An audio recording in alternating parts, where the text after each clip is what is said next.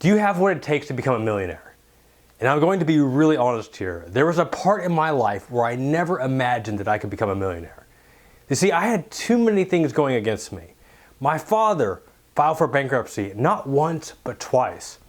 My mom followed suit. Each of them were in financial ruin and always struggled with debt and be able to manage their cash flow on a consistent basis. And these were the same values that were passed down to me. See, I started my financial journey not investing, not opening a Roth IRA. My financial journey began me taking out credit cards that I could not afford, taking out student loans that I didn't need, only to find myself in $20,000 of debt. Now I can tell you 100% at that point in my life, at that low point in my financial life, there is no way I ever imagined I could ever become a millionaire. Fast forward to present day, and now I can say I am a millionaire. And now I can reflect back, I see some of the core principles that got me there. I firmly believe that you can apply these to your own financial life, and you also can become a millionaire and succeed financially. Hey, this is Jeff Rose. Welcome to GFC TV.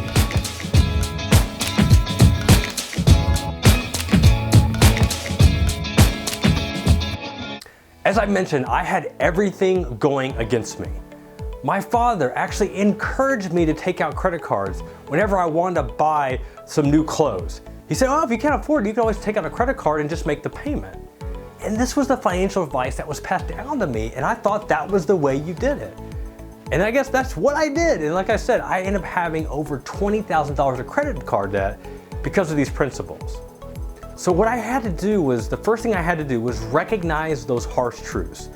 So I had to recognize that the advice that my father was giving me was wrong. I had to see my father for who he was.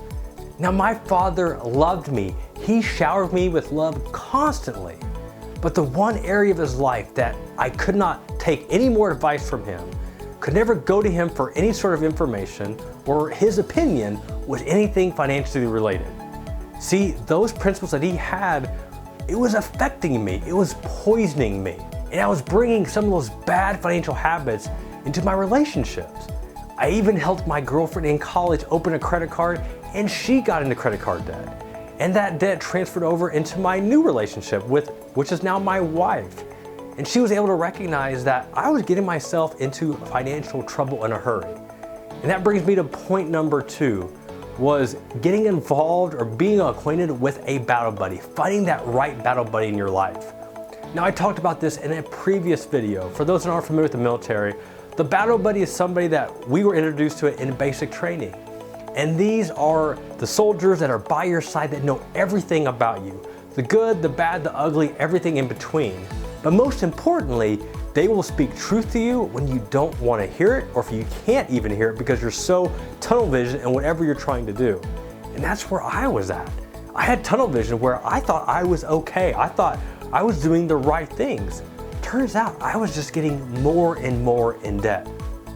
And my girlfriend, now wife, she's the one that spoke truth to me and telling me that you can't afford these things.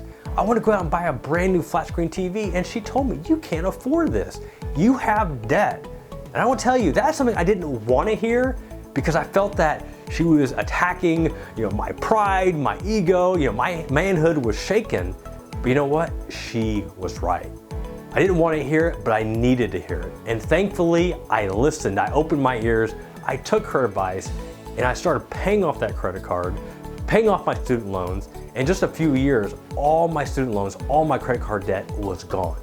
Having that financial battle buddy in my life in the form of my wife was huge. So who in your life can you count on to hold you accountable? That whenever you're trying to make some huge purchase or even small purchases, that they're gonna ask that tough question. They're gonna call you out and say, can you really afford that? Do you really need this right now? Did you forget about all the other debt that you're struggling with right now? You need a battle buddy in your life. Now the third thing I had to do was use a word that's one of the smallest words in the dictionary. And yet in certain situations, it's one of the hardest words to use. And that word is no. Saying no when it's hard, when it's tough, especially when it comes to financial situations. So here's a personal example where I had to man up and say no that could have hurt me financially. It could have ruined me financially had I given in. My mom had just moved to Las Vegas, and this is right before the real estate bubble back in 2008. Her property had skyrocketed. Luckily, she bought this property before the real estate crisis happened, so her house was fine. But she ended up taking some of the cash that she had from the previous sale of her house and to use that into investment properties in Las Vegas. Now, I don't know if you know or remember what happened, but those investment properties were no investments at all. In fact, she ended up losing all of her money in all those real estate investments. But before she lost all that money, she asked if I would help co-sign on one of those investment properties. Now, as I previously mentioned, her credit wasn't the best, so she couldn't take a loan out outright. She needed somebody with good credit, with a good credit score to co-sign for her. So who is that person? Her one and only son. So she asked if I would co-sign on one of these investment properties. And this is the time when I was just graduating college. I had just started my career. I was engaged, soon to be married. And my mom asked if I would co-sign. And I remember I ran this by my soon-to-be wife, and she hated the idea. But this was after I'd already said yes to my mom, because it was so hard to say no, especially to your mom. So I had to call my mom back and have a very difficult conversation to tell her I just can't do it. Unfortunately, what I recall, her response wasn't the best. She was frustrated, she was disappointed, and she let me know. And that hurt my feelings. And I want to tell you, I was so nervous making that phone call. I remember I was pacing outside on my cell phone, talking to her, just apprehensive of how she was going to respond when I told her that I couldn't do it. Sure enough, I said no, and as we now know what happened, those investment properties, those real estate properties in Las Vegas are now worth nothing. Had I co-signed on those investment properties, my credit would have been shot. There was no way that my wife and I would have been able to buy our first home. We would have been digging ourselves out of my credit blunder, my mistakes, because I couldn't say the word no, but thankfully I did. So what do you need to say no in your life? Do people ask you for loans? Do they ask you for money? Do they ask you for advice? Do they ask you for resources? Do they ask to pick your brain on how to do certain things? Do they take advantage of what you give them on an ongoing basis? You have to stand up for yourself. You have to say no when it's warranted. The fourth principle that allowed me to become a millionaire is probably one of my most favorite of the 8, but it was embodied the word hustle. See, I wasn't the smartest kid in school. I wasn't the smartest kid in college. I got a few A's, but mostly B's. I think my GPA was in that 3.3 to 3.4 range. But you know what they couldn't take away from me? Was the hustle. So whenever I was in college, not only was I a full-time student, but I was also in the Army National Guard. My senior year, I had 2 part-time jobs on top of being a full-time student and also being in the Guard. I knew how to work. I always told myself that somebody might outsmart me, but they'll never out-hustle me.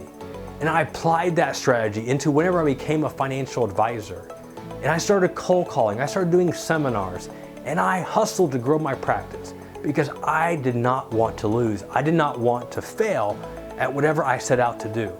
And I continued that hustle into launching my blog, launching GFC TV, launching the podcast, writing a book. I've applied it to my life continuous. So you might not be the smartest person in the world, you might not be the sharpest knife in the drawer, but guess what? You can still work hard. You can still work harder than the person next to you, to your competition. Can you out-hustle them? Think about the last thing that you succeeded at and how much work you put into it. Now think about the last thing that maybe didn't quite work out for you. Did you really give it 110%? Did you really give it your all? Ask yourself that tough question, because you know what? Hustle goes a long way. You gotta have it if you want to succeed. The fifth principle that allowed me to become a millionaire was that I never stopped learning. Most of us think that once we graduate college that we're done. No more textbooks, no more tests, no more learning. And to be honest, it's far from that, especially if you want to continue to succeed. So one of the areas I was able to learn more in the financial planning profession was I became a certified financial planner. Most people assume that once you become a CFP, that you automatically get a pay upgrade or a pay raise. I didn't get anything. All I got was a certificate, and I got the credentials after my name. Now, I will say that those credentials have meant a lot as far as growing my business and giving me the credibility that I sought by getting that designation. But that was a sacrifice. I spent over a year going over the financial planning modules, all the different textbooks, driving an hour and a half to attend a live workshop to help me pass the CFP exam. And this was right before, actually this is during when we had our first son. So not only was I dealing with sleepless nights, even though my wife took charge and took care of a lot of that, I still had my first son on top of studying for one of the hardest exams I've ever taken, actually the hardest exam I've ever taken, while I'm also trying to grow my book of business as being a financial advisor. Never stop learning. And I applied that same concept when it came to online marketing and starting my blog. There was no step-by-step process or course that showed me how to do it. I had to learn. So I read books, I read other blogs, I digested as much as I could to understand how blogging works, how to effectively write a blog post, how to market it so other people can find it. It was all self-taught, and I've spent hours upon hours not only wanting to learn it, but I wanted to master it. And I'm now thankful that I did, because putting that time in and mastering online marketing and blogging is one of the big reasons why I can now say that I'm a millionaire. My online presence has opened up so many different opportunities, so many different networking opportunities. I've met so many different and awesome and amazing people, all because I started a blog. So what can you learn? How can you advance your knowledge? How can you advance in your career by learning more? Is that going back to school? Is that taking an online course? When's the last time that you learned something new? Challenge yourself. Your mind and your career deserve it. The sixth principle is investing. Now, since you know I'm a financial planner, you might be thinking of investing in the traditional sense of stocks, bonds, and mutual funds. But no, I'm talking about something different. I'm talking about investing in yourself. Now, when most people think of investing in yourself, you might think of getting your MBA, which could totally be the case. In my case, I already mentioned the CFP. Not only was that a time commitment, but I had to invest into the training, into the books, into the actual test itself. That was all out of my pocket. Later on in my career, I invested into coaching programs. I talked a lot about the strategic coaching program and how that was a huge investment for me. At the time, I didn't understand what having a business coach or being around other successful entrepreneurs, what that would mean to me. And now I get it. As I've said before, Jim Rohn says that you are the average of the 5 people that you spend the most time with. And being in that program, and now being a part of the Michael Hyatt Inner Circle program, all these different investments into myself, investments into a community, investments into being around people that are committed at winning at life, have all had a tremendous impact, and one of the prime reasons why I'm a millionaire. And that ties into number 7, is surrounding myself with people who want to win at life. My wife and I are super selective on who we spend our time with, who our kids spend their time with. I want to be around people that challenge me, that challenge my growth, that call me out when I deserve it. And that could just be through our friends, the people I associate with work, through my different mastermind groups. You surround yourself with people that want to succeed, that are trying to improve themselves, trying to be better every single day. It is contagious. In the same way, if you surround yourself with people that don't want to win at life, that are just content and always complain and always find an issue or problem with something, the people that all they leave on Facebook are those negative messages, not only is it contagious, it's toxic. You've got to get rid of these people. You have to distance yourself from them. Surround yourself with people that want to win, that are constantly learning more, that are trying new things, that aren't afraid to fail, and that will encourage you versus talk down to you if you try something that doesn't work. It's so important to surround yourselves with people that are happy, that are committed, and just want to be better. And the last principle, once again, I don't know if it's the most important, but I think it's been a huge one for me, is that do not let your failures define you. On my journey to become a millionaire, guess what? I've had a lot of successes, but I probably had 4 times as many failures. So many different things I thought were a great idea, were a great investment, were a great opportunity that just didn't work out. But thankfully, I didn't let those failures define me. I didn't let them derail me. I didn't let them prevent me from trying something new. Because if I would have let those define me, then I wouldn't be where I'm at today. Instead, those aren't failures. Those were learning experiences. Kind of like tuition, very expensive tuition, but I learned a lot. If you're looking to succeed financially, if you're looking to build wealth, if you're looking to become a millionaire, you can't be afraid to try new things. Guess what? If you're going to try new things, some of them are not going to work, and that is okay. Every successful entrepreneur, every successful millionaire that exists has tons of failures, but you don't see those. All you see is their successes. But guess what? They had a long journey to get there, I promise you, just like I did. So don't be afraid to fail, and when you do not let them define you. All right, so those are my 8 principles that I contribute are the sole reason of why I was able to become a millionaire. And once again, I had everything going against me. Debt, student loan debt, bad money habits, didn't have a lot of connections. There were so many different reasons why I shouldn't have succeeded.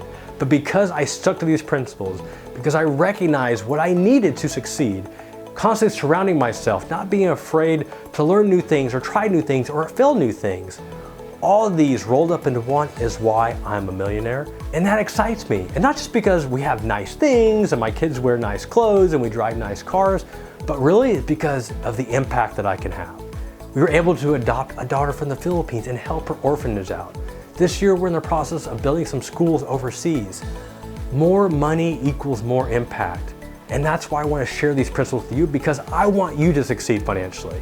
I want you to be able to apply these principles to your life so that wherever you think that you are, if you don't think that you can get past the hump, I promise you, you can.